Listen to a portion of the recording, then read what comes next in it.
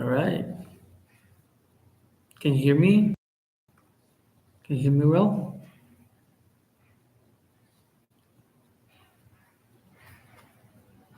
Not a big fan of live streams. This is kind of my second live stream that I've done. The first time that I appear on the camera. But let's try this. Um, let's see who is who is viewing here.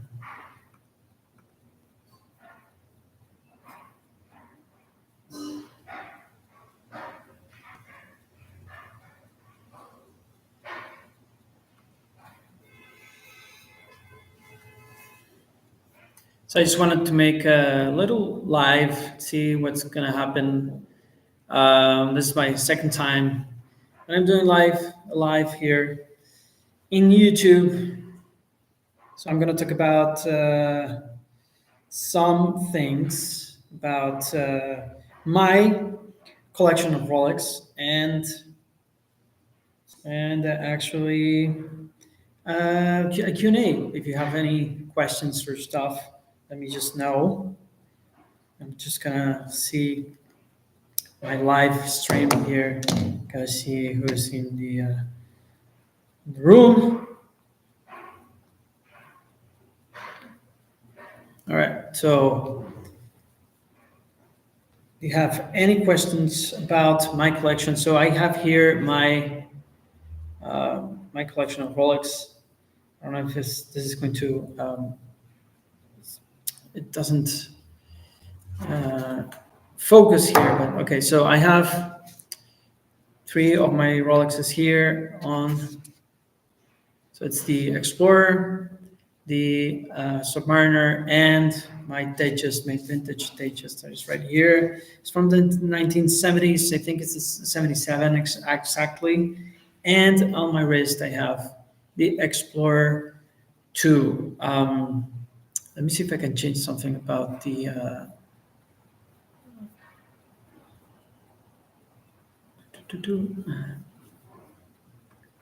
Let's see. No? Does it focus? It doesn't focus. God damn it. All right. So no worries. No worries there. If you have any questions about my collection of Rolex. So I have 4 Rolex right now. Yes, 4 Rolexes. If you've been watching my videos, you've been asking, or you'll be asking me, where is the root beer? And the root beer, actually, I have to sell it. I had to use the money for other things, for my business.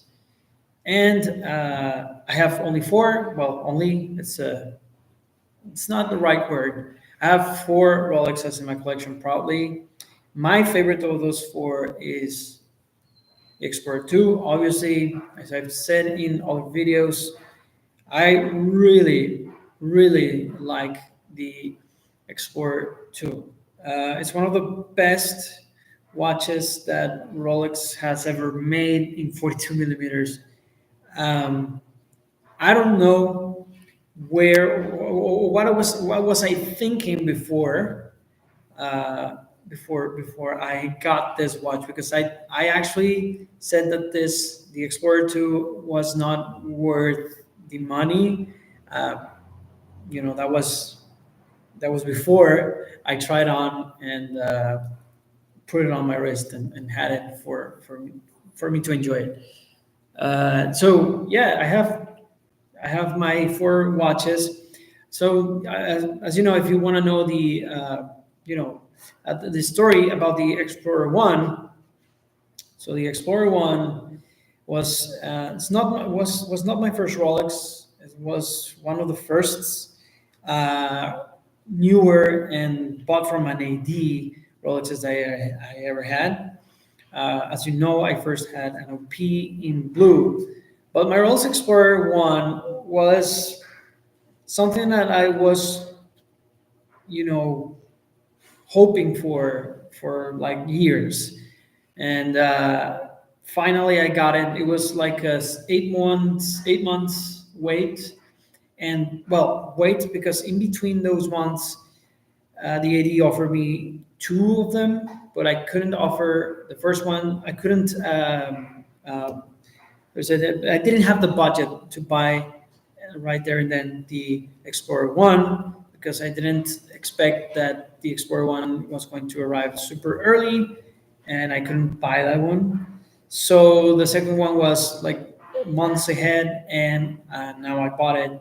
And at first I didn't like it, but now I do. This has been my favorite watch full time, and I always wanted this one uh, since I was collecting watches like 5 or 6 years ago. The Explorer One, why is it for me the best Rolex that you can buy? Uh, First of all, it's almost the cheapest watch. Like the DOP is the cheapest, but this one is rarely available, but it's available more now than AOP that has color or different color, and it has the perfect proportions. I don't know. It's just beautiful. It's nice, and it wears incredibly well. You just understood it. I really like it. It's just an amazing watch. Black dial, 369. I think it goes well with everything, and yeah, it's an incredible, beautiful watch. So I wore this watch when my kid was born. So I'm never gonna sell this watch. It's just beautiful. It's super nice, and it reminds me of him every single time I put on this one. This is the most important watch in my collection right now. Um, you know, Prior to having the Explorer 2, but yeah.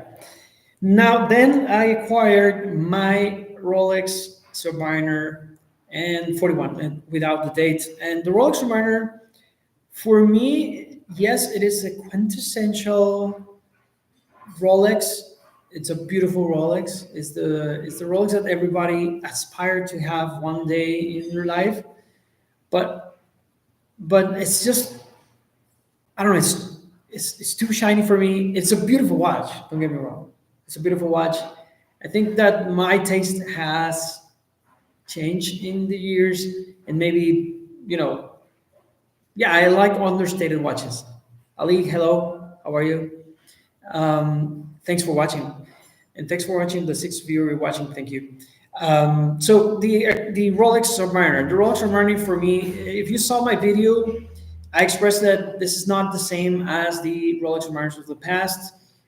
The other Submariners had a characteristic that I really like: matte dials, matte bezels, a watch that is a truly tool watch. Now, this by no means is not a tool watch. You can use it for anything that you like, but it's kind of viewed as a jewelry. Um, and that's the only thing that stuck in my head, that this is a jewelry watch. If you don't believe so, it's okay, because it's whatever you see on the watch. But for me, is that. But actually, you can do anything with this watch, and it's a beautiful watch. It's just shiny and big. It's big for my taste. Big for my taste. For me, as a burner has to be a little bit less than 41 millimeters, maybe 40 or 39. Hey Renato, thank you. Nice, San Martin Ranger. It is a beautiful watch. Actually, I gift that watch to my brother. Now my brother has it. He uses it every single day. He likes cheap and cool watches. Well, not cheap, affordable cool watches. So actually, his whole collection has been gifted from me. So yeah, thanks for tuning in, Renato.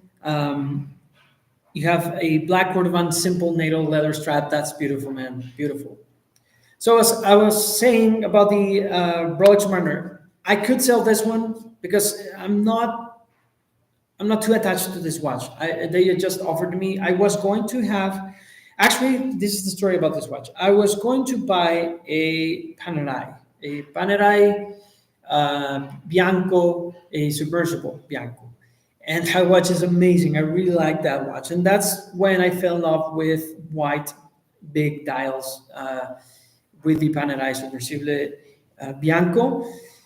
And that watch is beautiful, but my the guy that sells me the watches, my you know my guy in the AD talked to me and said like, hey, I maybe could get you a Rolex Submariner if you want.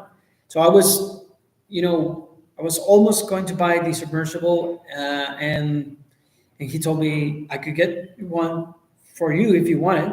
And I said like, for real, like, is it gonna be 3 months in order to give me the watch, or I can get it right away? He said like, give me just, I think it was 2 weeks or 1 week, and the Submariner arrived actually in February of last year.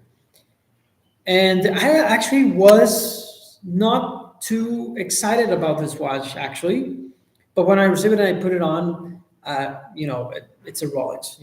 I really like the watch, and I used it. It's all scratched up, and I don't care. I don't baby my watches, especially Rolex, because I wanted to feel a little bit rough and tough, like scratched up and stuff. So yeah, and what I feel about the Submariner is maybe I can sell the watch and get the submersible, or maybe other type of watch that could withstand anything that this can do, but in a more sportier look or feel, or I don't know, like the submersible from Panerai.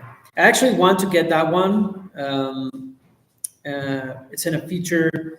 It's a purchase that I wanted to do in the future, but who knows? Maybe I'll buy it. Maybe I'll not. Maybe I'll sell the Submariner. Maybe no. Let me know if I'm crazy for thinking that. But yeah. But now then I was actually looking for a Rolex Datejust, but I actually don't like the Datejust, the new Datejust with the gold, white gold, um, you know, bezel, and the Jubilee. For me, is too blingy. The new ones. Now the old Datejusts are amazing, are beautiful, and if you can find a older duration with a blue dial, perhaps that could be incredible. They are much more affordable than the new ones. You can get them right now, and I actually have one in a champagne dial, which this is kind of like a pipeline dial because it's not a flat dial. It has a domed in the middle, and I like it. And actually, it is a alpha dial, which means that you have the sign of alpha in the Swiss. You know, you can see it. It's super small, but it says Swiss, and in the sides, it's the symbol of alpha, which means that you have the indices and hands that are gold, white gold. So that's cool, and it's just an amazing watch. It's a beautiful watch to wear. It's just very, very light. I really like the flimsiness. The just it's not blingy. Maybe the Jubilee is a little bit blingy, but it's not blingy. It's beautiful. I love the jingly jangle. Just the quirkiness of the watch. That seeing this, it's from the '70s, so I like to have something that reminds me of the old days, and not have too much things at stage new or something like that. So I got this one from my watchmaker. He's a really great guy here in Mexico. The best. He's the best to buy from him. Vintage Rolex and vintage Omegas too. I found incredible watches that he sells over there. So yeah, and I bought it from him. Super great condition. I think it hasn't been polished or just light polished. and is in great condition. He serviced it, and he said like it's just a very incredible watch. And he told me that he would pick this one so much more than the new ones because it's just it's a design that everybody can tell that that everybody can wear. This is a cool watch. This is a beautiful watch. Rather, I have. Should I want to have another one, but with a blue dial? Yes. I don't know. Maybe I'll have another dial, but who knows? Maybe I'll buy a dial and put it right here because I really like the blue of Rolex, especially the sunburst. Experiencing the OP36 in blue, that was amazing. The color of the watch changes incredible, just incredible. And yeah, then I got this one. So as you already know, if you don't know, I'm looking for a OP36 in green. Uh, and as you know, it's super difficult to get. I actually got offered a Rolex Explorer 2 instead of that one because they actually said to me like we haven't received any green OPs in the 36 millimeter. They actually had two in the 41 millimeters, but I don't like the 41. I think for me the OP, the best experience that you can have with OP is the 36 millimeter. Rather, it could be in the sorry, it could be in the black, silver, and maybe whatever color you want. But that watch, if you can experience it sometime, it's just amazing. It's a beautiful watch. It's incredible. But then, yeah, they told me that I couldn't get that one because they haven't had that watch in stock. So they offered me this one. They had it in stock. They only had to wait. I don't know, maybe.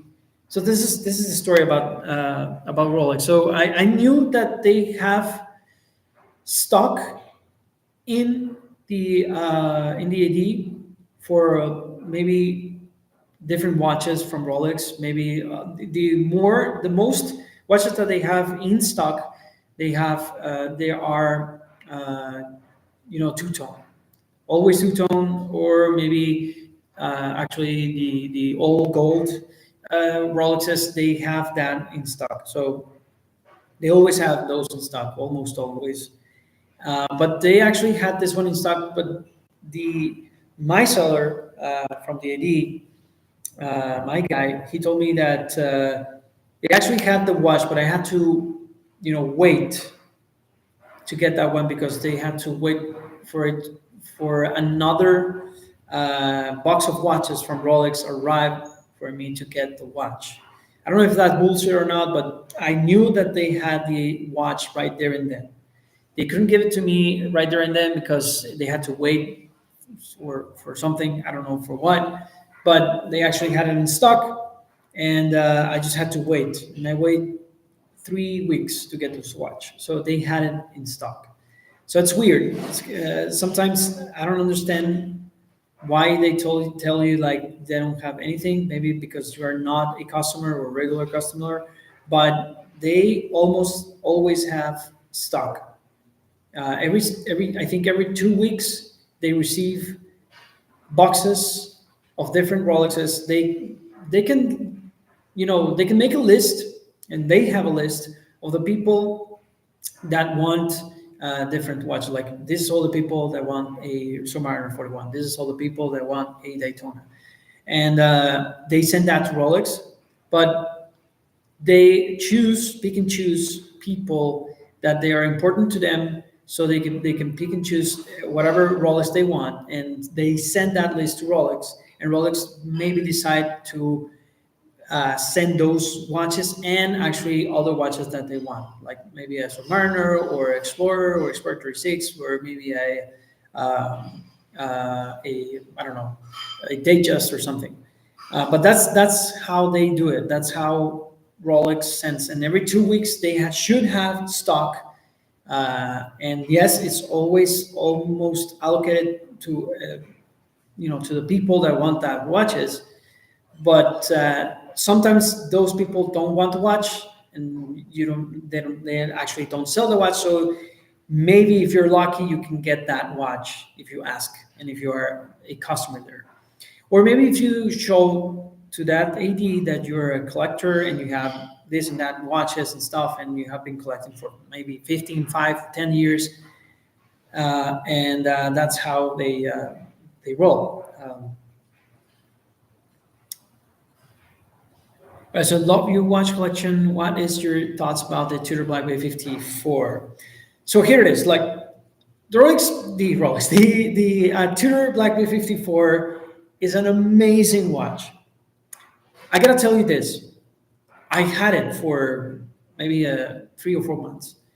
I love the watch, but the 58 has something else better than the 54, and I think is the warmth that the 58 has in the bezel insert and the red tone. This is my opinion. Maybe and your taste could be different from mine, but I really like the design of the 58. But the watch is a dream to wear. The 54 is so nice, so light, so comfortable with that tiffin. It's just amazing. It's just beautiful. You can wear that watch every single day, night. You can, sleep with it because it's so thin, so beautiful. And I really like that it's a 37 millimeter with a 20 millimeter lug width, because that's what Rolex has been doing since this year's. They accommodate a 20 millimeter log width to this 36, and that's why 36 doesn't look that small, and that's why it's just amazing. I really like the design or the decision to make it super slim, the 54. It's just better. It's just incredible. It feels incredibly well on the wrist. Uh, and for me, it's one of the best watches you can get for the money for Tudor from Tudor. If you had a wrist that it's a little bit bigger, go with the 58. But if you can pull off the 54, go for it. It's just an amazing watch, and now you can get a discount. Actually, I've heard that you can get a 25% discount in not all ladies, but maybe you can get that, maybe a 20% discount, and it's a beautiful watch to get for that money.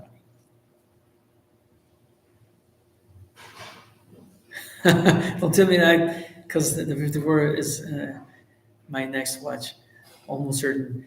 It's a nice watch, Renato. It's a beautiful watch.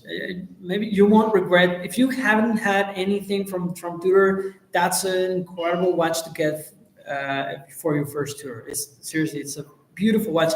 I actually sold it because of this little watch.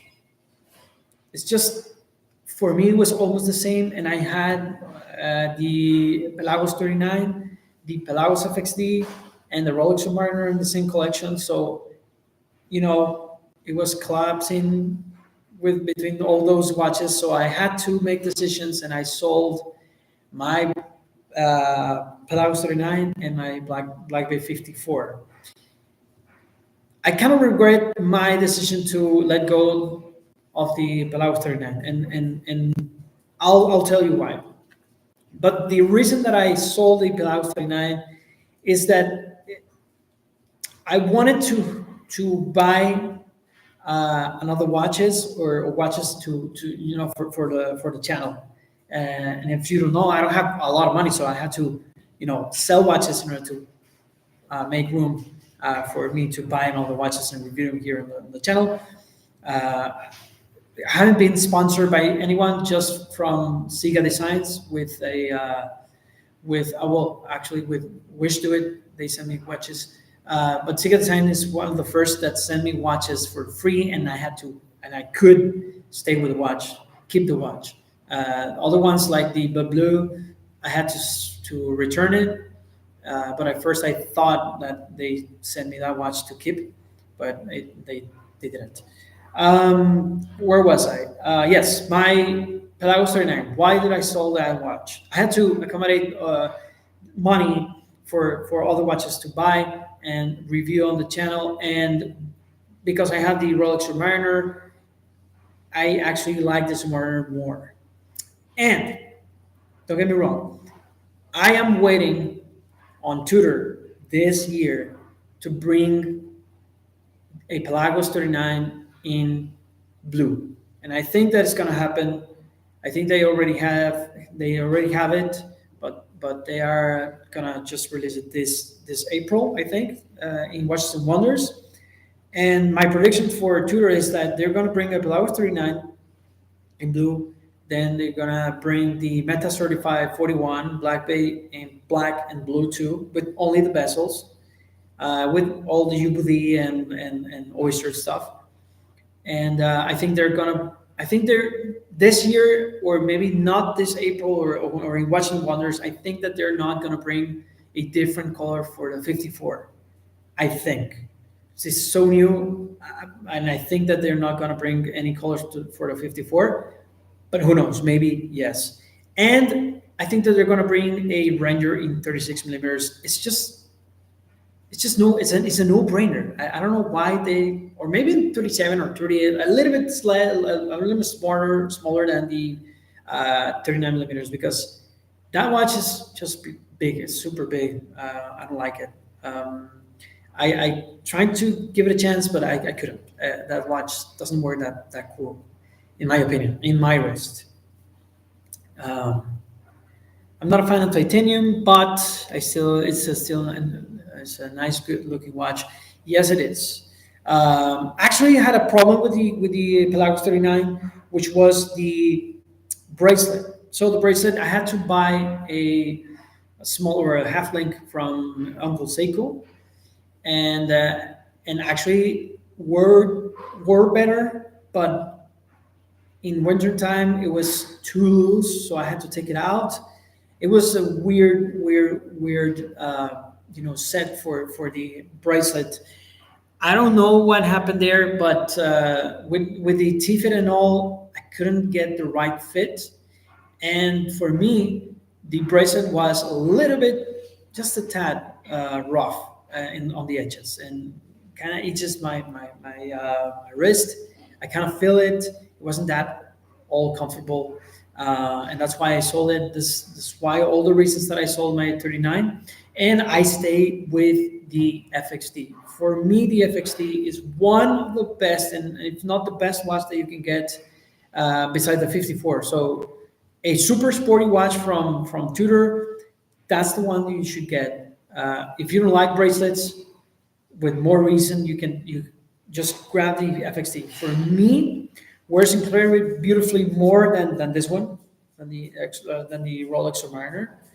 I think actually it's a better watch than the Rolex Submariner. You can wear it everywhere. You can use it everywhere, and if you have a lifestyle that you maybe don't want to scratch stainless steel, or you don't want to wear stainless steel on your wrist, the FXT is an incredible watch to have. It's, for me, is right now, that's my only tutor. My FXT is my only tutor right now. I am waiting on tutor what they're going to drop in Watches and Wonders. All right, so let me see. What else do you want to know? So, okay, it has been more than a month with this watch, with the Explorer 2. It has become my favorite watch just for one good reason. It wears incredibly well for for a 42 millimeter watch. And what I mean by that is that I actually haven't taken out this watch, and it just looks incredible with everything, in every single situation. Maybe not for work. I use other watches for work, mainly my CWC and G Shocks and stuff. But because I have a family business, that I have a I have to be on the floor, plant floor and stuff. So yeah, I don't want people to know that I have a Rolex. So yeah, that's the only reason that I take out this one. But the Rolex Explorer 2 is so comfortable. It's not that heavy, and actually, it's just beautiful. And I don't know what else to say to you guys. That if you haven't experienced this watch, you should maybe just go inside a AD and just try it on.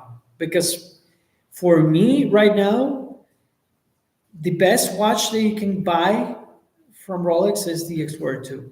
So it has the water resistance. You have the extra feature for you have the GMT. That's an extra feature, and actually you have the date. So you have two features that are super useful, and the watch wears incredibly well. 100 meters of water resistance. It doesn't get in the way. 22 millimeters, so it's not a 21, it's not a 19 like my Explorer and my Submariner. 22 millimeters, and it can look incredibly well with a native strap or a rubber strap, whatever you want to throw on it. It's just amazing. It's an incredible watch. And for 42 millimeters, 157 grams is not that bad. Actually, I measured the weight on this one and on my Submariner and my 60th anniversary. And actually, I remember that I measured the Tudor Black Bay Pro and the Tudor GMT. And those watches were heavy. They were a lot more, well, not a lot, but they were 160 something grams, and you can feel it on the wrist. You can have, for real, you can feel it on the wrist, and that's the main reason that's why I got rid of the Black Bay Pro. It's a beautiful watch. It's a nice dial. It's the best dial I think that Tudor has come with. Incredible applied Oldham clubs. It's just beautiful. It's a beautiful watch, but for me, was the weight of that watch that I couldn't bear to watch. It's an incredible watch, and if you have one, sorry to tell you that, but yeah, it's a beautiful watch. Um, I wish that they could make that one in a thinner case. That would be incredible, and reduce the weight. It could be a beautiful, incredible watch. Maybe like a 54, but in 39 millimeters with that thickness. Oof, imagine what would happen. There will be no Tudor Black Bay Pros to buy because everybody would throw the money at them. But yeah, so back to the Explorer 2. My favorite thing about this watch is a dial. It's a beautiful contrasty dial. I thought that I was not going to like the orange, the lettering and the hand, but I actually have been craving for a fun watch, for a different watch, for watches that have color on it, and this one is one of them. I love that the Explorer 2, the word written there is in the on the orange, and the hand, big hand, that is a nod to the first Explorer 2. It's orange and it's beautiful. I really like that more than the 40 millimeter Explorer 2, the 16270, something like that. That watch is a beautiful, and I had it for like a year, and I actually really love that watch, but I don't like the red hand of the GMT. I think that they didn't put much attention to that, and they wanted to, reduce cost, making that watch, putting on a GMT hand, just a GMT that you can have from a Pepsi or a Coke watch, Rolex GMT Master 2. And yeah, I think that they did the perfect job of just getting the right measurements from the logs and the diameter of the dial and the actually the crown and the crown guards. They changed from the past iteration, the 42 millimeter, and this kind of wears and feels like the 40 millimeter Explorer 2. Like seriously, it's just a beautiful watch. It's just an amazing watch. It just feels right. Feels natural on my wrist. My wrist is 6.7 inches, and I think that this watch looks incredible, man. It's a beautiful beautiful watch, and actually don't just measure your wrist on the circumference, or you know you can measure your span of the wrist, so from here to here. You can measure it with a caliper and see how many millimeters it is for the span, and measure the watch from lock tip to lock tip, and you can see or have some of an idea how the watch would look on your wrist. That's why I was like, yeah, I'm gonna wear that watch, because this watch is 52 millimeters, I think, in the lock to lock, or 50, I think, and 53 or 50 something in the first link. You have your mail link, and my wristband from here to here is 57, right here on the bone, and here is 53 here to here. So that's why I can wear this watch gracefully. But yeah, do you have any questions about the Explorer 2 or my other watches in the collection? I have other watches in my collection which I love, but I cannot wear right now because of this beautiful Explorer 2. Let me see. How long have we've been in live? 36 minutes. All right. Any questions for me, guys? Do you have anything?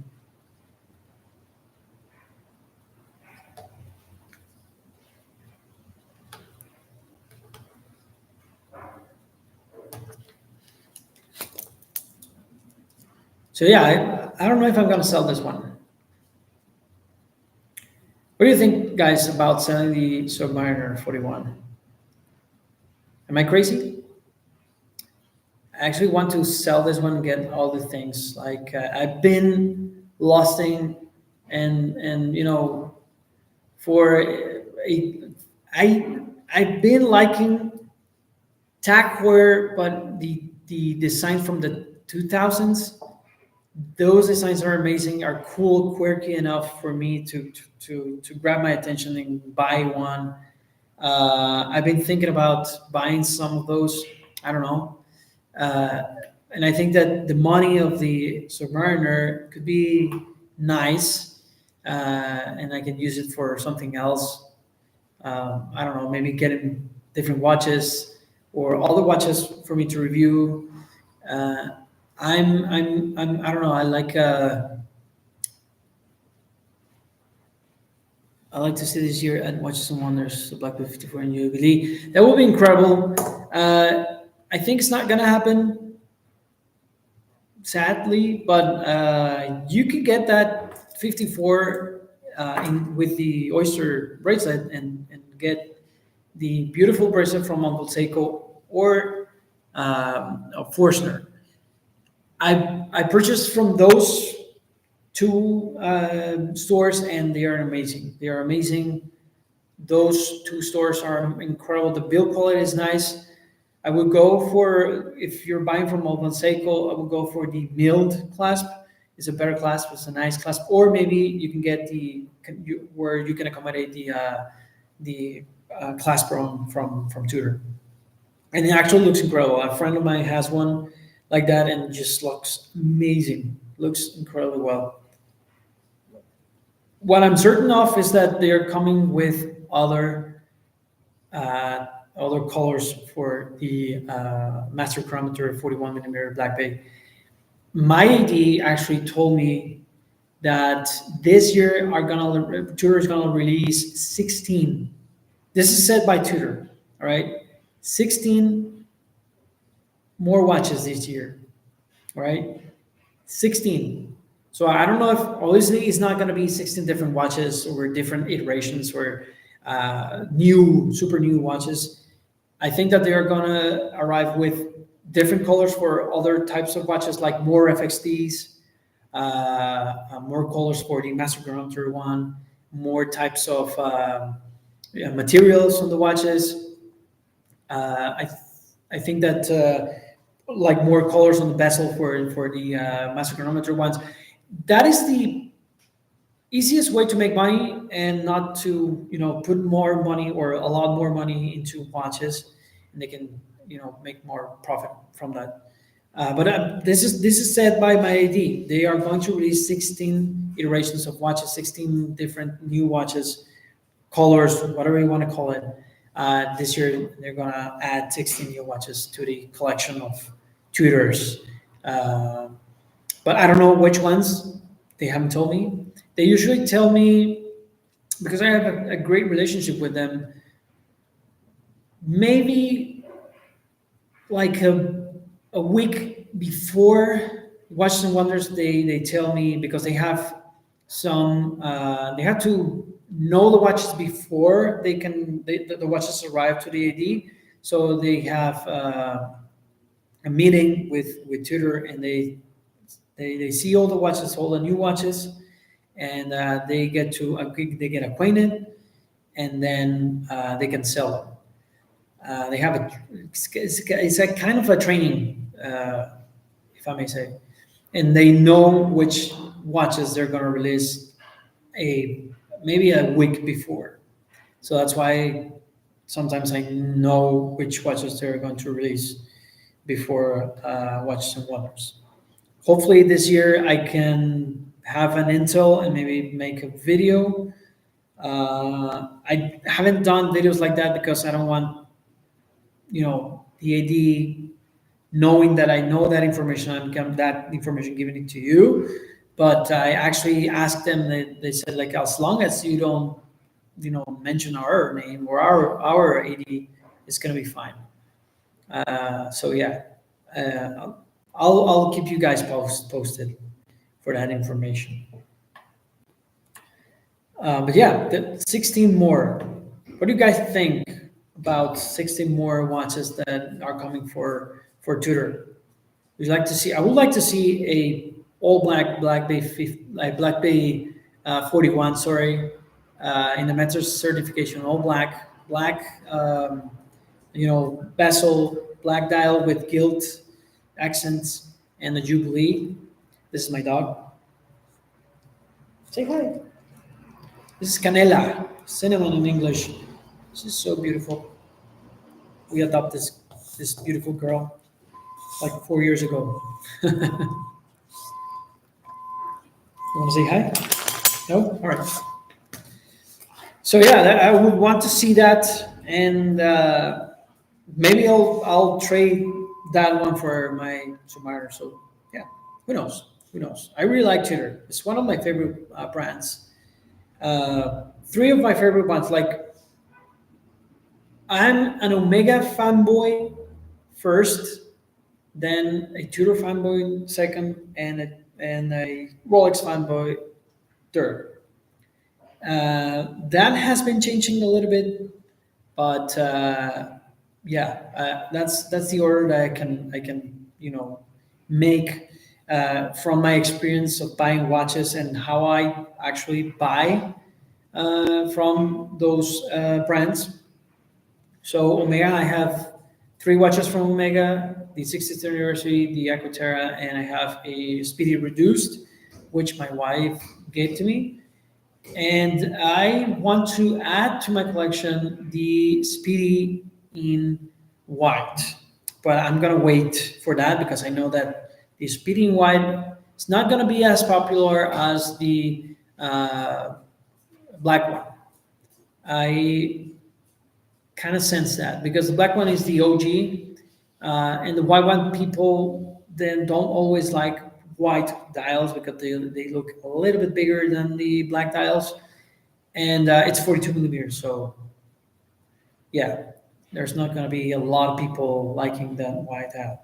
One thing that I don't know why they haven't, say that in videos that I've seen in YouTube is that the change, obviously the obvious part of the watch, the different part is that it is white, but that white dial has applied indices, not printed. The black iteration of the watch has printed. It's an old printed dial, and the new Speedy has applied indices, kind of like the applied logo of Omega. They have applied indices, and nobody's telling that. I don't know why. I don't know why nobody's talking about that. Uh, Everyone is like, oh yeah, the weight has changed like 2 grams, and the it's a glossy dial, it's a white dial, and that's it. And well, the Speedmaster in red. But the thing is that the thing that makes the watch a little bit different, it has applied indices. And when I saw that in person, I was like, why nobody's talking about this? And maybe that's why it's 2 grams different than the all black one, the OG, which if I don't had if I wouldn't have the my speed reduced, I would go for the black one, but I have the speed reduced, so I have a black Speedmaster. I know it's not a professional, but I actually like that more. The 38 millimeters is cool. I like that you don't have to wind the watch. It's an automatic, and the overall watch feels kind of like neo vintagey, cool, and I really like that. And obviously, my wife got that watch for me, so I'm not gonna sell it. So for me to have a little play with colors, I will go for the white. Yeah, that would be cool. But maybe next year I'll buy that one. I don't want to buy it right now. It's a hype. Uh, you don't have any discounts on this watch yet, and I bet that watch is going to have discount in the future. I really bet that's going to happen with that one. So actually, I want to change my or trade my the Aquaterra. So this is one thing that I hate about the 38. So I'm gonna rant a little bit. I bought the white dial. Now this year they released without announcement a green dial in 38 millimeters. The green dial was the one that I want to get, but it was only in 41, and the 41 is too big for me. And that's why I got the 38 in white, because I think that the white is it's a cooler, color for that watch, especially outside. It looks gorgeous.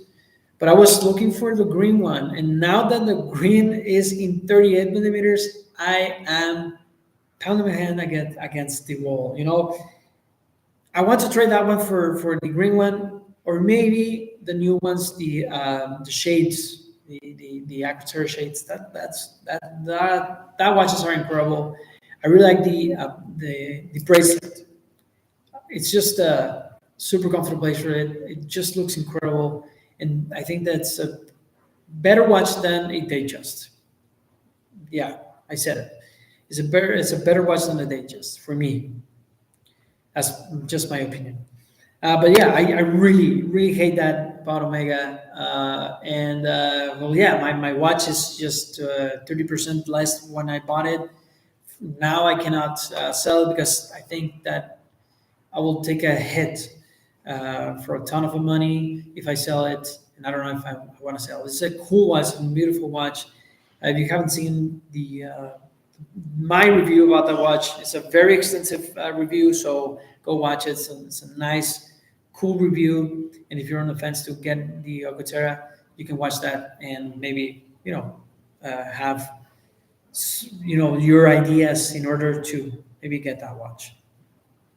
But yeah, that's my little rant that Omega came up with a green watch, a green, beautiful green Aquaterra, 38 millimeters.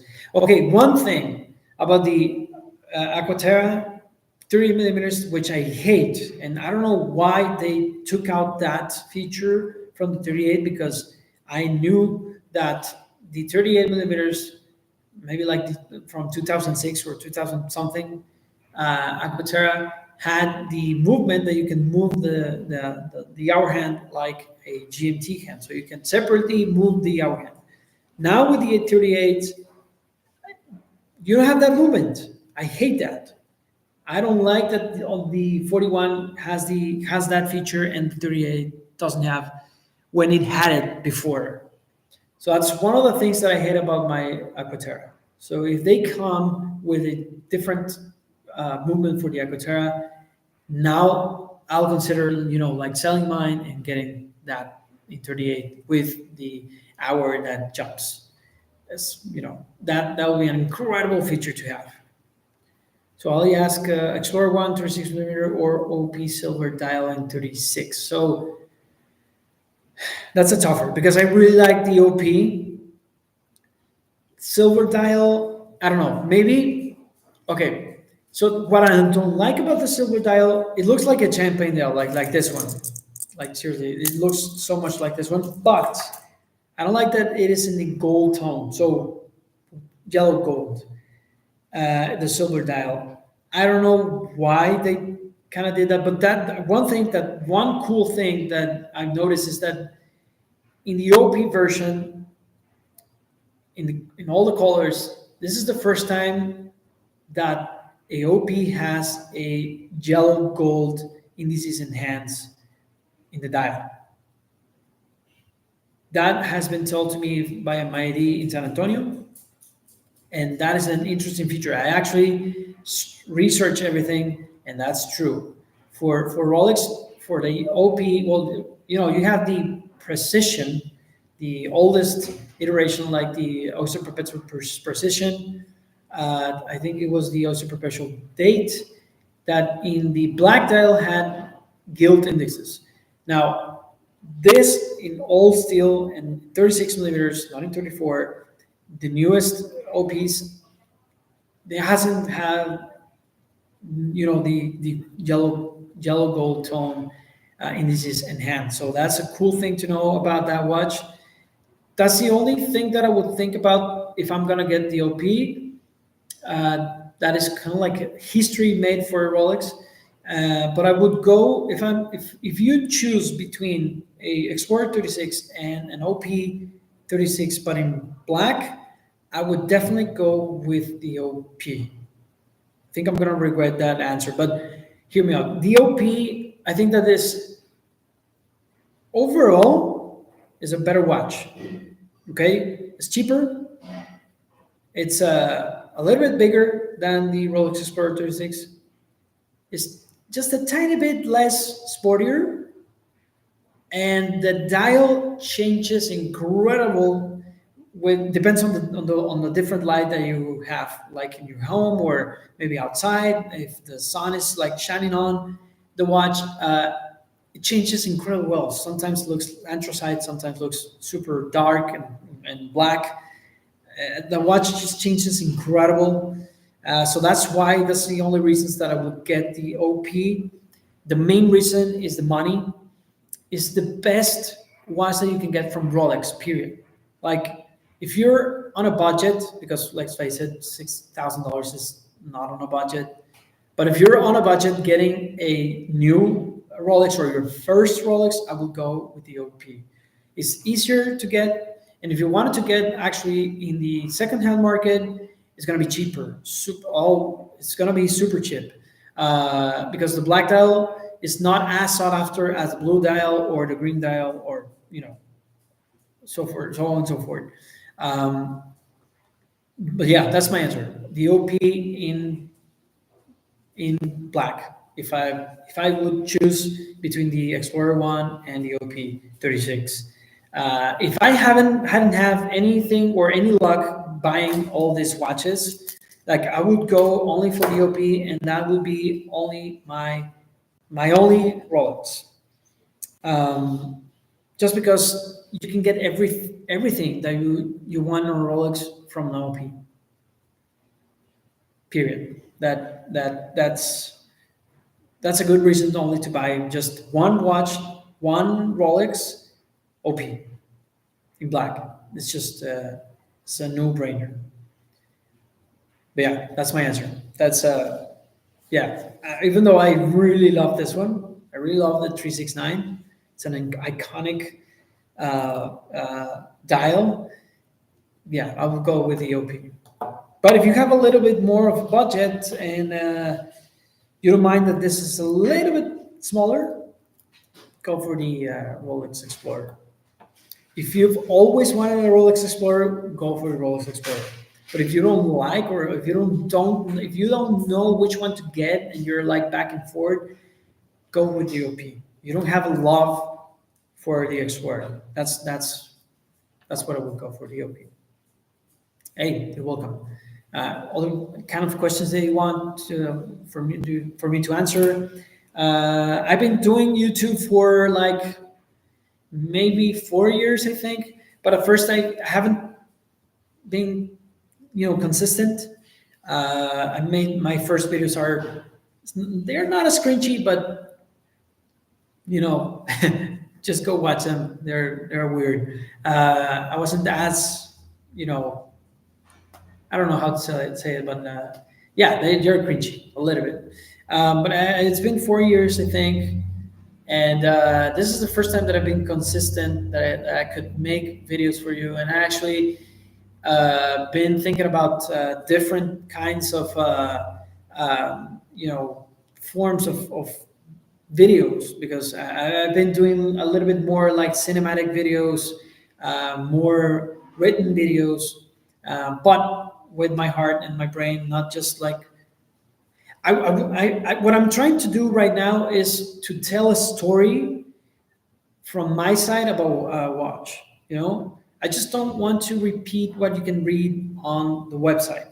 I just don't want to be like, oh, so I have the Rolex Submariner is 41 millimeters and blah blah blah. Just go watch another YouTuber for that. I think that I can express myself better if I can tell a story about my watch, about my experience, about using the watch, and what I gathered from that. What information have I gathered from that experience, and present it to you guys in a video. That's what I've been doing for the FXT and the Submariner. I wanted to do it with this the Explorer 2, sorry. I wanted to do it for the Explorer 1 and other watches that I have in my collection. But yeah, I think that brings a lot. That brings a better or a different, different way to see things, and gives you an experience rather than just reading something off the website and just measuring the watches. Now, I love to do comparisons, especially with off brands or maybe micro brands and brands that have been for a long time, like Rolex, Omega, Tudor, Breitling stuff. I really like to do that because I think that you have to know what you want. So if you want to have brand, go for it. But if you want to have something like that, I want you guys to know which is the best brand to get in order to have that feeling, but don't pay a lot of money just for the brand. Because I've watched John P. I don't know if you know that guy, but that guy is from Delaware Watch. He actually got out right now from Del Rey, but he made a video about the watch industry and how they kind of lie to you, and about the manufacturing and about the movements and stuff. Right now, in the years that we're living in, every single watch is made with incredible parts. The movements are incredible, especially if they're from ERA or Miyota. Those watches are going to withstand years and years and years to go. You don't have to have a brand on the dial or an important brand or a renowned brand in order for you to feel secure about the watch. And that's why I want to do more videos about like maybe San Martin, or maybe other brands or micro brands like Trasca or Serica. And I want to experience them first and explain to you what is my experience, and then you decide which watch you want to get. Monsieur have you found the convenience of the EasyLink Glide Lock make it difficult for you to wear it? all the watches. So that's a good question. So kinda, yeah. I always like to buy a watch that has a micro adjustment system that you don't have to use a tool. But I actually got accustomed not to have a tool, or not to have a easy system, easy, sorry, a glide lock system or an easy link system, or a Tiffit system on the watches, because that wasn't present when I started collecting. So I kind of got accustomed to that. But now, yes, it's different. It's so different with, especially with this one. The Submariner has the best micro adjustment system ever, and it is the glide lock. The glide lock is just an incredible system that you can fit any single wrist, any single weather, every single situation. It's just amazing, and I don't know why they didn't implement that in this one or in the Explorer or all their watches. That would be amazing. I know that it could be a little bit expensive to make, but yeah, it's kind of difficult to go to other brands and don't have any micro adjustment system, especially like the glide lock. And I'm actually right now using the EasyLink extension right now, because it's a little bit harder today, and I actually used it. And I think that this, and especially in the Explorer 2, is just the right fit, the exact right fit for my 6.7 inch wrist. The Explorer 1, in the other hand, it has the EasyLink, but I don't use it as much. I actually wear it in the winter. I wear it a little bit loose, because if I take out one link, it's too tight. In every single situation that I would, or position that I would take this micro adjustment, it's too tight. It's too tight. So I just wear it a little bit loose on winter, and when it's in summer, it fits just right. If it's too hot and I expand my wrist a lot, I open the link, but that rarely happened with this one. I would rather actually have kind of like the oldest watches that they have a lot of a micro adjustment system here with a tool, than just having like 3 or 4 micro adjustments. That annoys me a lot, especially in Twitter with the Black Bay 58s. I don't know what they were thinking, but yeah, it's not easy to go back to other watches that doesn't have micro adjustments, or on the fly, or a glide lock system. Got my Explorer 1 a few weeks back, and the bracelet just dominates compared to my Black Bay 58. Obviously, yes. Grand Seiko and Santos. Had to sell the Santos as I couldn't get a good fit. So yeah, that is one of the things with the Santos, the GS too, but the GS, the Grand Seiko, with my Heritage Shubum dial, I like that you have 2 half links, and I actually I could accommodate to my wrist very well, and I didn't have any problems adjusting that watch to my wrist in summer or winter. It's just a pain in the ass that you have to add an extra link, and especially with Grand Seiko, because you have to. There are 2 little screws and then a bar, so you have to be careful not to lose one of those, because they're so tiny. And with the Santos, what I like about the Santos is that it's so comfortable because it's so light. But the thing is that, yes, as you said, if you come from winter to summer, it's going to be an uncomfortable watch, because it's going to be so tight. And if you add a extra link, it's not going to be a pain in the ass, because it has the new system that you can push a button and the pin just go right out, and you can adjust the watch super easy. But it adds a whole link, so you don't have half link. So it's just it's a trade-off for a beautiful watch. It's just an incredible watch, and I sold it because I want to get the past iteration of that watch sometime this year. Not right now, but sometime this year. I think that the 35 millimeters It's cool, but I like the 32 millimeters from the past with the date, and maybe actually I could go for a 29 millimeters. So that will be the standard for past iterations from the 90s and 2000s. Do you service your watches? Yes, I do. It usually takes a lot of time when I service it, but if I buy something like this, I want it serviced, and my watchmaker, he is just the perfect guy to do that. He's actually certified. He studied on Switzerland and in Mexico too. A long time ago, he is super honest on charging you on whatever he's charging you for the service, and he's super honest on the parts and the time that he's going to take on your watch. That's what I like about him, and he shows you everything that he done to the watch, everything that he replaced, and he's a really reputable dealer because he sells vintage watches and used watches, used market, and I do service them. My newer watches, I haven't serviced anyone because I want to. I serviced them because I had problems. Like I had problems with my Tag Heuer.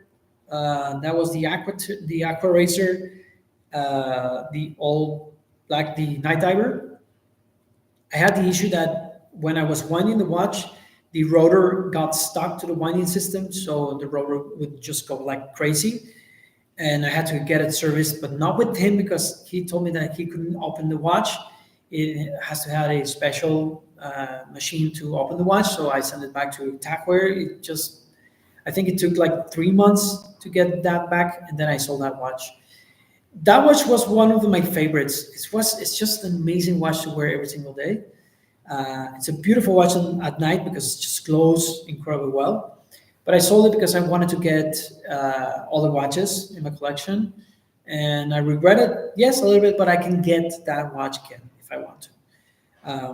But yeah, I serviced actually to a Mido because it happened exactly the same thing to the Tag Heuer. So when I won the watch, the rotor got stuck to the winding system, and I had to get serviced. Actually, my watchmaker, he has a certification to service watches within warranty, so he didn't charge me anything. So that was incredible, cool.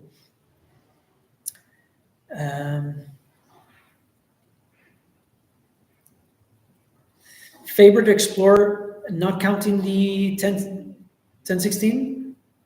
I think that it would be the 124270. No, that's the past iteration than this one. This is a cool watch. It's a beautiful watch, but I think that the new vintage thing that they're having or they got going on that watch is just a beautiful thing. I think there's something there that this one's doesn't have. These are just a little bit too sober, too shiny, too pretty.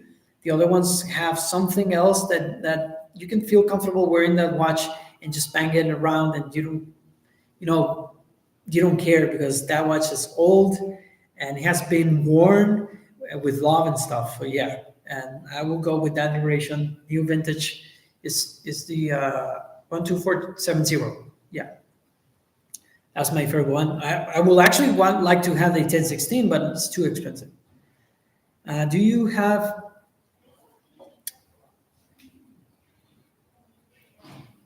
Rex for an affordable 42 recommendation for a 42.5 inch with 46 log to log watch? That dimensions of the Seiko 5 GMT that I like. It's big, but not too much for my 6.5 inch wrist. That's an interesting question. So yes, I do have one recommendation. Depends on your budget. For me, is the past iteration of the Breitling Super Ocean. That watch is, just try it on. That watch is an amazing watch. I bought it and I had it. I regret selling it, but it's just amazing. It's just an amazing watch. I think it wears exactly the same as this one, and actually, it's a little bit more comfortable than this one. It has 500 meters of water resistance, so that's more than you wanted. It's I would go with the black or white and blue dial, and all bracelet, all steel. The bracelet is so comfortable. It's just so much more comfortable, and I'm gonna get hate with this, but I think it's so much more comfortable than the Rolex ones. That diagonal thing that they have going on with the Breitling bracelets is just beautiful. It's super comfortable. I would go with that watch. And if you don't have that budget, I think an Accuracer would do. The Accuracer in 43 millimeters wears incredibly good. It's super thin at 11 point something millimeters, and the log to log, if I don't recall well, it's 47, or a little bit less. So it wears like a tuna, kind of like that, or like a turtle from Seiko. Yeah, those are my two recommendations. Did you get the Explorer and the sub from AD? Yes, I got my Explorer one, no purchase history after 7 months in Scotland. Nice, and I'm curious as how long a submariner would potentially take. So now I think that the we're gonna get less and less waiting time. Uh, Obviously, there's gonna be a waiting list. Don't get me wrong, but the waiting time is going to be less because they are going to up the the production of watches, and actually people are buying less and less Rolex Submariners and Rolex in overall. I've seen this with friends that they had they sell secondary market watches, and I've seen it on AD. So when I walk on the AD to buy a submersible, I had purchase history. They offer me, and I actually didn't ask for one, but they offered me the Submariner. I got it in 2 weeks, and this is like a year ago. I think that this is one of the most popular watches that people are asking for on the AD. So that's the most watch that arrives to the AD. So as I already told in this live, Rolex has a system that they have to send you watches. If you're an AD, you have to send you watches every 2 weeks, and they send you. You have to have a list of people that are like like maybe have a Submariner and Daytonas and Explorers and stuff, and they make a list of which customers are in the priority list and which watches they want. And actually they like, okay, so the OP sell well and the Datejust, so they send that list to Rolex, and Rolex decides which ones to get for the AD, but they're gonna get some sort of those watches to the AD in 2 weeks. The AD can get punished if they don't follow some rules that Rolex have, and they can receive a lot less watches, but they have to send watches. And actually, for sending watches, I think that they have to sell almost all the watches, and that's why you have a list that you already sold or you have sold, because the people want it. The people that have like a VIP list are on the VIP list, or so, or they buy a lot of watches from the IE. They get the chance to get the watches. So it's kind of a list, but it's not a list. It's not like you're the 1,000 guy that asked for a Rolex. No, if it's a list for people that have bought watches, and a list of how much is a watch asked for, and based on that information, they make that list and actually apply that to Rolex to send them those watches. So I think that this is going to happen more and more throughout the months of this week year, that you can have somewhat a good experience in the wedding side getting a watch from Rolex. It's gonna be a lesser time to wait.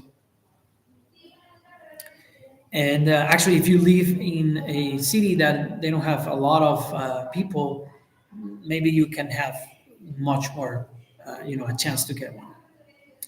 42 millimeter Pelagos for the win. Yes, I do agree. I think that the Pelagos 42, it's an underrated watch just because it is thick.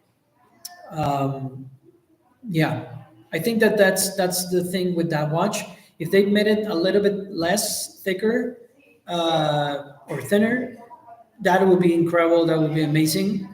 And but 500 meters water resistance is just incredible. And here's my boy. I love you, beautiful. And yeah, I will get that one. If you don't have the budget for a Rolex, that is a no-brainer. It's an incredible watch. I like much more the FXD, but it's just kind of like what do you desire? What do you want? Do you want a watch that doesn't have a bracelet, or do you want a watch that have a bracelet? That's it. But a 42 millimeter Pelagos is an incredible watch. Any recommendations on where to sell a Submariner full set? But it's just over polished, unfortunately. I wouldn't go to, dealers because they're gonna lowball you. Maybe go private. Try to get people that want to get that watch and sell it for a little bit less of what they're selling on the market, and that's the way you can sell the watch easier. Just be honest. Show them great pictures and show them the polished parts of the watch, and just be honest, and maybe people will buy that watch from you. What industry do you work in to afford these watches? So I have a family business. My granddad started a business. Now my dad now is passed on to me. So we make ink for printers, so you can print whatever you want for maybe like the Coca-Cola logo and stuff on the bottles. That's the ink we make. And I have my personal business, so I'm a photographer, a videographer, and a marketer. So I had the a how do you call that? I had a marketing business before I had an e-commerce business, and now my e-commerce business is thriving, so it's good.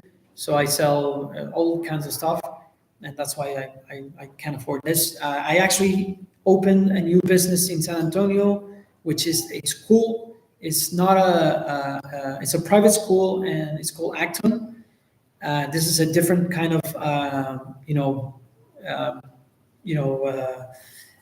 school, so you learn by yourself, and actually it's a Reggio Emilia system and Montessori system combined, and it's a different and cool way to learn. People are super happy with their kids right now there, and so we're very grateful that people are giving us the chance to uh, for their kids to learn on our school. So yeah, that's why I can afford those watches, and I actually don't take money from the family to buy the watches. I actually, so this is a story. I went to make my e-commerce business in order for me to buy watches and have money to buy watches. So that's why I had different income from my main income for me to not to ruin my finances with my wife and my kids and the house and stuff, and I can actually afford watches. But I like to sell watches in order to get other watches. So that's why so that's how I don't accumulate too many watches in my collection, and I think that's healthier. I don't know. Um, what kind of photography? I have a side business for drone photography. Oh, that's cool. So I had a little, I do different kinds of stuff. So product and headshots and actually real estate. And here, real estate is not as lucrative as in the United States. Here in Mexico, it's just people don't want to pay a lot more money, for professional photography because they can take it with their phone. But it's different, but I do work for that, and I actually have drones myself, and I do drone photography too, and that's a cool way to make money. You're my idol, man. Thanks, man. You're my idol too, man. Start a newsletter. A letter. I want to start an e-commerce to selling food product. That's an amazing. That's cool, man. That's incredible. So I can see. Let me see if I move. Can see other questions that I have right here. Uh, Thanks, man. Like if you have a love for what you do, you'll get there. Show that to your customers, and you'll get where you want to go. I actually want to make. I haven't had make like I wanted to make money with my YouTube channel, but I know that that's going to be a little bit difficult and it's going to take years. Right now, I'm just only paid like maybe 100 to $200 from my YouTube channel. But I actually want to make some shirts and stuff and sell straps on for this channel. If you want to, or if you are interested on a different design of a shirt and straps or maybe cases that you can travel with for your watches. Maybe I'll start a business of that with this YouTube channel. I wanted to you to know, because it's not that I wanted to make money. I want to, make a living and maybe buy some more watches with this money, and maybe you could have something to wear from my channel. So yeah, and I have designs that I wanted to show you guys. It's just like it's nothing. It's designs that I don't design. They are actually designs from dials from watches. So I'm a fan of the dial of the FXD. So I want to make a shirt that you can have the design here, and that's it. Maybe have a little loom, and when it gets darker, maybe shine a little bit. But that's one thing that I want to do. Other thing is that I want to bring cheaper, travel cases for your watches, because I think that 150 something dollars for a travel pouch is a little bit too much. And I want to start something from that. But let me know, guys, if you would like to purchase something from me like that, and I'll make it happen. But yeah, it's a cool thing to think about. Like, what else can you make with this channel? One of the things that I want to make, or why I started this channel, is I had the idea for me to purchase micro brands, and for you to know, like for you, in order to make a decision to buy a microbrand, you have to see what, if there's a video on YouTube, and maybe you can like have some information, because nowadays you can buy a watch online, but you don't have the privilege to wear it and see it in person. So the colors changes, the feeling on wearing the watch is different when you adjust it and stuff. So that's why I started making videos. I started educating people about micro brands, and what they can get, or what to expect about the watch, in order to for you to make the decision. So that's why I started my YouTube channel. I cannot derail from that a little bit.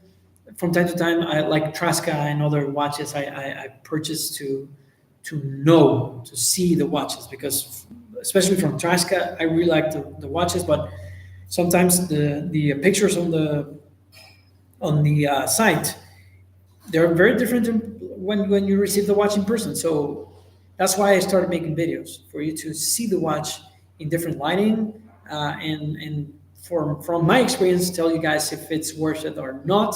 That $600, $1,000, or that $200 for the watch. Um, for me, one thing is that is super amazing is San Martin. I know that it tends to, San Martin tends to have a lot of hate because it's a Chinese brand, but I think that those watches are very well made, and actually you can get it with a Solita movement. So for me, it's very interesting to compare San Martins with Rolex or Tudors because of the build quality that they have, and the inexpensive way to have a cool watch in your collection and don't break the bank. Thank you, man. I hopefully I'll make videos. I kind of struggle in making videos, a lot of videos for a week. So my goal is to make like three or two videos a week. But sometimes I get stuck on work and stuff, and I cannot do my videos. So I have a lot of videos done, but I haven't done the video. I don't know if I'm explaining. So I shoot the video of the watch, then I have to edit it, and then I have to film myself, rather as talking or maybe like in a video. But I have to, maybe write my ideas, then prepare myself and stuff. So it takes a lot of time, and sometimes I don't have that time, and that's why maybe sometimes I do just like grab my camera and just do the video, uh, and just not writing anything, just like from my heart and my brain, whatever comes to mind, and that's why maybe sometimes I do that. I want to get back to micro brands. Maybe I want to make more like Chinese brands. I want to make like in Mondays or Tuesdays a series of videos about watches that you can get for like $200, and if it's worth it or not. That's kind of like an idea that I have for the channel. I don't know if I'm gonna make it, but could work. But yeah, that's what I want to make. And actually, tell you the truth about brands like Omega, Rolex, and Tudor. In order for you to, you know, take it easy if you're not getting the watch that you want. So bring back the uh, the patience, uh, for you to be patient for you to get a Rolex. You don't have to pay secondary market prices. Just be patient. I know that right now we want it all, like every single thing we want it like right now, and we can't wait. But the thing is that it's just rewarding when you wait. It is very, very rewarding when you wait for that watch that you want. Maybe in the meantime you can get other watches, little watches and stuff, but but get concentrated on that. And the wait is super cool. Actually, more cooler than it is cooler than having the watch. Sometimes you meet your heroes and you don't like the watch, and it's better to wait, take the decision with calm, and when you receive the watch, then you have that feeling that you make it. And it's super cool, super beautiful to do that. Do you want to say hi? This is my boy. Come on. He's my boy. He's Eugene. Say hi, Eugene. So yeah, guys. Any other questions that you might have? Can you review the San Martin Pelagos Amash? Which one? Blue Pelagos. So there are a lot of iterations from San Martin. I don't know which one, but if you can let me know which one, I'll do it with pleasure. There's a lot of watches from the San Martin. I think that I know which one you mean. Maybe I'm getting confused, but I know which one you mean. I am a little bit, intrigued about that watch.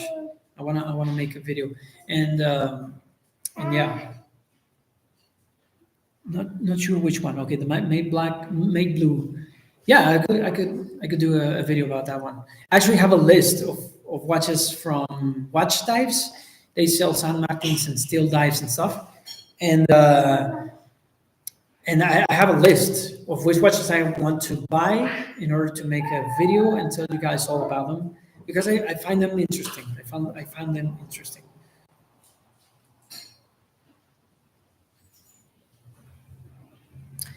Yes, actually, one of the yeah. Okay, so I'll read the question. Could you see yourself giving your son a watch, a milestone gift, say a graduation, etc.? Yes, I actually started when I started collecting. I wanted to have watches that I could, you know, gift my sons or daughters. I don't know what I'm gonna have in the future, but for my son, especially, I want to give him my Explorer One. That's the watch that I was wearing when he was born. So that's the watch that he's gonna get, and maybe he's gonna get more because if I only have two kids, they're gonna get all my watches. So yeah. Um, but one of the watches that I want to get when I'm old is the 222 from Vacheron Constantin. I think that that is an amazing watch, and it's a watch to, if you're old and you have money, you can buy that one and just be set for life. That's one of my grail watches. I think no time, not anytime soon. I'm gonna get that watch, but one can dream. But yes, I can see myself gifting my kid. I won't wait that long in that graduation. Actually, for me, I'm gonna give my child his first watch. Maybe when he can wear one, a block. I think they're called block watches. I don't know how they call. I saw them in maybe in a podcast, a video podcast. But it's called block. Um, let me see if I can get a yes. Here they are. So yeah, I want to get this one for my kid. So as his first watch. So I don't know if you can see these ones, but these ones are called Block, BLOK, and they have an interesting way for your kid to learn how to take time with the bezel, and they're super cool. So I want to get him that for his first watch. I think actually is this one. This one is the one that I want to get him. This one. So check them out. If you have a son or something or daughter, they sell in black and pink and blue and stuff. These ones are incredible. I don't know why my camera is not focusing, but it's this one. There we go. They're incredible watches. I saw them featured in some YouTube video, and I fell in love with this one. So it kind of tells you the easy way to take time. So if you tell your kid like, "Hey, we want to wait like 15 minutes so he can take the time with the bezel and participate in the timekeeping, thing, and fall in love with watches sooner rather than later." And then I'll get him another watch like a Seiko or something. But yeah, that's the thing that I wanna get to my child.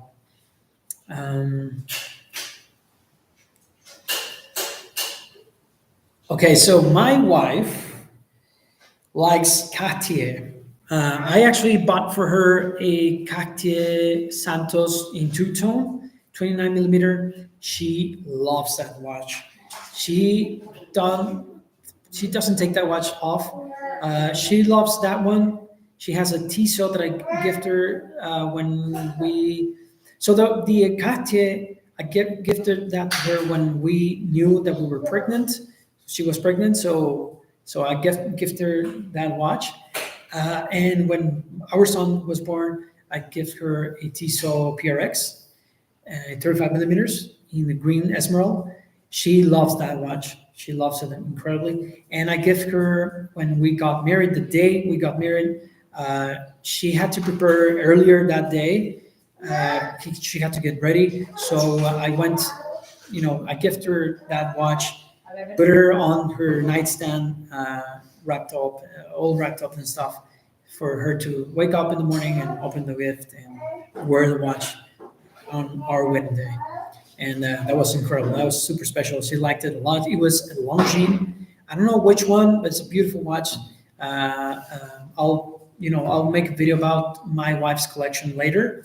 Actually, I told her like if she wanted to make another video with me. She said yes. Maybe that's the one to make. But yeah, she loves a lot the Cartier de Santos. It's her favorite watch. You feel like people sometimes exaggerate how under the radar the Expert One is. I've noticed people glancing at mine more often than expected. The statement showed okay under the radar for a Rolex. So let me think about it. It is an under the radar. It's an under the radar watch. Just because it's a small watch and it's a black watch, so you can buy from afar. You cannot tell it is a Rolex. Maybe if you know watches, maybe yes. But for the normal people, they're not gonna know that that's a Rolex. It's not that like the Submariner. The Submariner is super recognizable, and everybody can tell from a mile this watch which one it is. But the Explorer, it could just be a Sarb or a Seiko or other watch in 36 millimeters. But I think it's just a tad over. They do overreact about that being under the radar. It's a Rolex. If you get close enough, you're gonna know it's a Rolex. So yeah, you have to be careful about that. But yeah, it's a bit exaggerated, I could say. Yeah, yeah.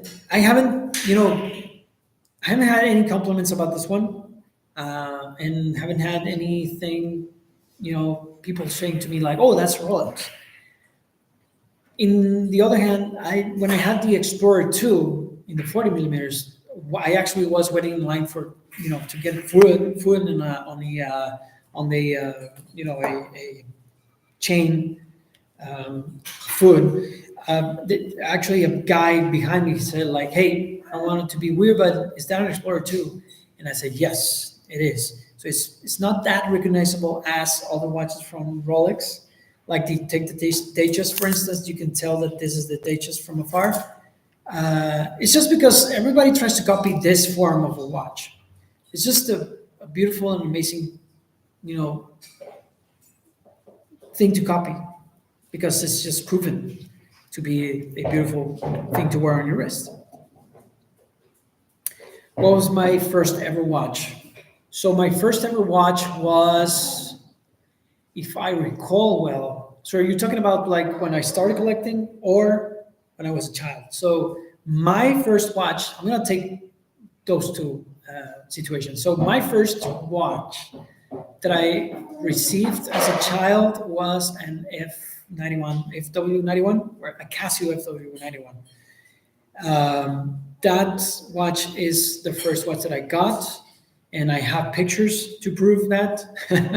I love that watch. I actually started collecting watches since I was little. Everybody knew that in my birthday, they had to. The best gift that they can give me is a watch, so I collected watches that way. All quartz watches, and different kinds of watches. Not any resounding, brand of watches, but just Casios and stuff, and quartz watches. But yeah, I had different watches when I was a kid, and my first ever watch to buy myself when I had a little bit of money was, I think it was the Seiko SN085, something like that. Is the field watch with the 7S to 6 movement. That was my first mechanical and first watch that I purchased with my money. I'm not gonna take Well, yeah, I'm not gonna take like real watches, my fossil ones, but I had fossils. But yeah, that were gifts for me.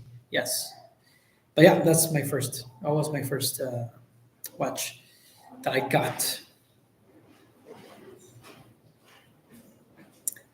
Um, and actually, if you want to know, my first luxury watch purchased by myself was the Tudor Black Bay 36.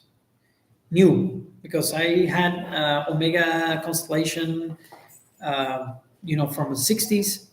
That was an incredible watch, but that was a inexpensive watch for me, at least. It was like maybe under $1,000, so it was like maybe $700, something like that, a little bit less. So yeah, for me, luxury watch. It was a Tudor Blackberry 36. I paid big money for me for at the time. It was big money for me because I wanted to have the Explorer one. But yeah, Casio was my first watch.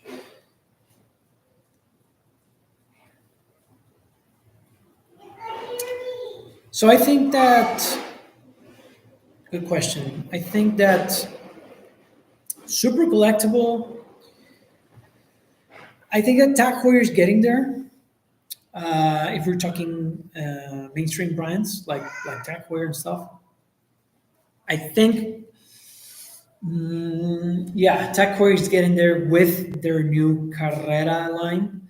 I think those watches they just needed a little tweak on that watch to be an incredible watch to start collecting again.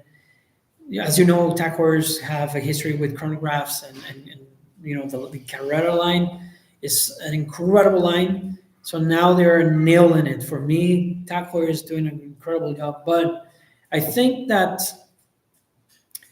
maybe micro brands are gonna be in the future. Micro brands are gonna be that the watch to get or to collect, because they're the first time that we have, or they are on our years, that we're collecting. So we are living on the birth of a lot of brands that I think that in 100 years they're going to be still there, and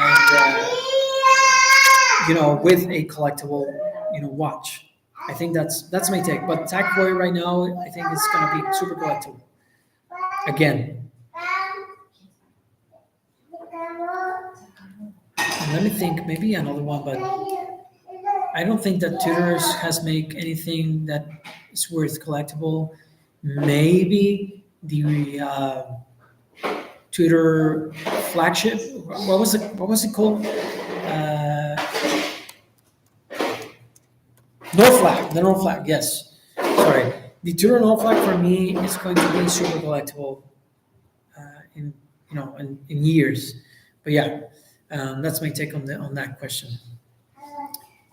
So it has been an hour and 43 minutes. Any other question that you have, personal questions, or maybe in my watch collecting journey, or what's next for my channel? Let me know. If not, I had to go and eat. I'm hungry. But if you want to ask me something else, I'll be glad to answer that question.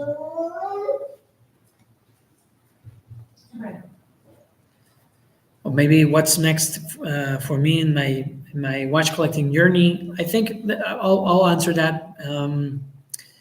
Just before I go, I'll answer that. I want to get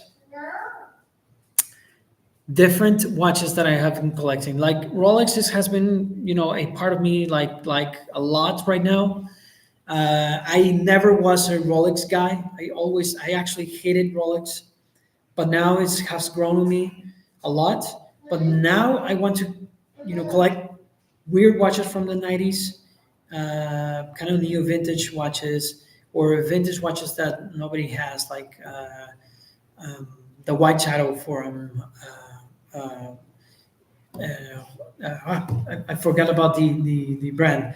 Um, uh, University of Geneva. Sorry, I want a watch shadow from University of Geneva. So the Eclipse one.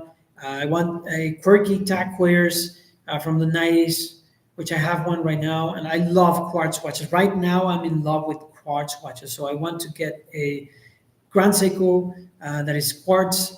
I want to get tag wears that are quartz, especially the new one with the titanium built. That's amazing. It's a cool watch. I love that the second hand glows all over at night. And I don't know why I am in love with quartz right now.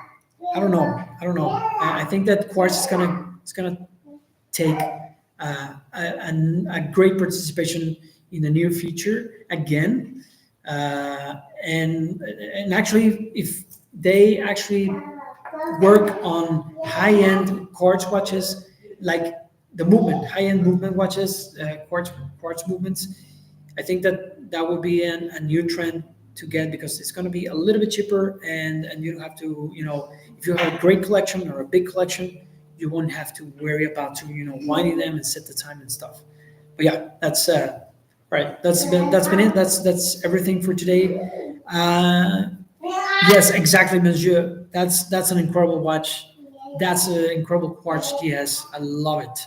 Thank you guys for tuning in. I love that you tuned in. I didn't know what to expect about the live experience, but I like it. I will do this maybe every single week. If you like me to do this, leave me a comment saying yes, and I'll do lives every single week.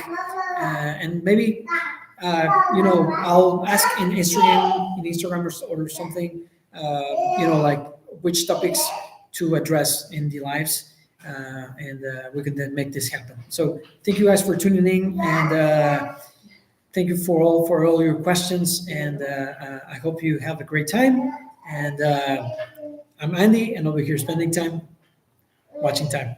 Take care, guys. Thank you.